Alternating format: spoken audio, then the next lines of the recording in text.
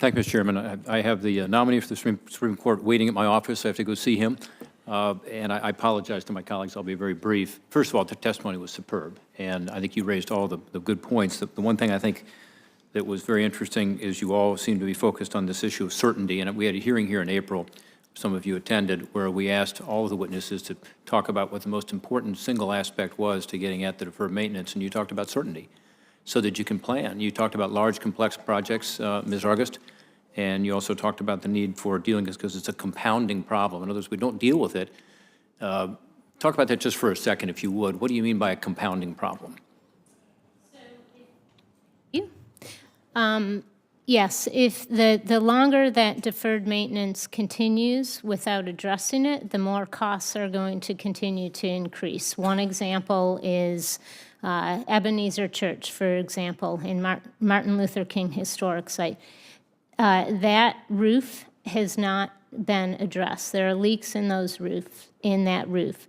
Water gets into the roof, it gets into the walls, then you have issues with the plaster, and then you have issues with the paint. Yep. So if you don't address that roof right away, you're going to have costs with other repairs that are happening. I think that's a really important point to make, particularly to our fiscally conservative colleagues. We all consider ourselves fiscal conservatives, I assume, but this is the right thing to do. You mentioned it, the conservation ethic, Ms. Retwell. This is part of the being conservative about it. With regard to certainty, I'll put you on the spot here, Ms. McDowell, but you remember there is a cap in here of $1.3 billion. It's also the 50%. And some might argue, well, how much certainty is there in that? If you look historically, the $1.3 billion will be hit based on the last 10 years. But you could also look prospectively and say, what's likely to be the royalties?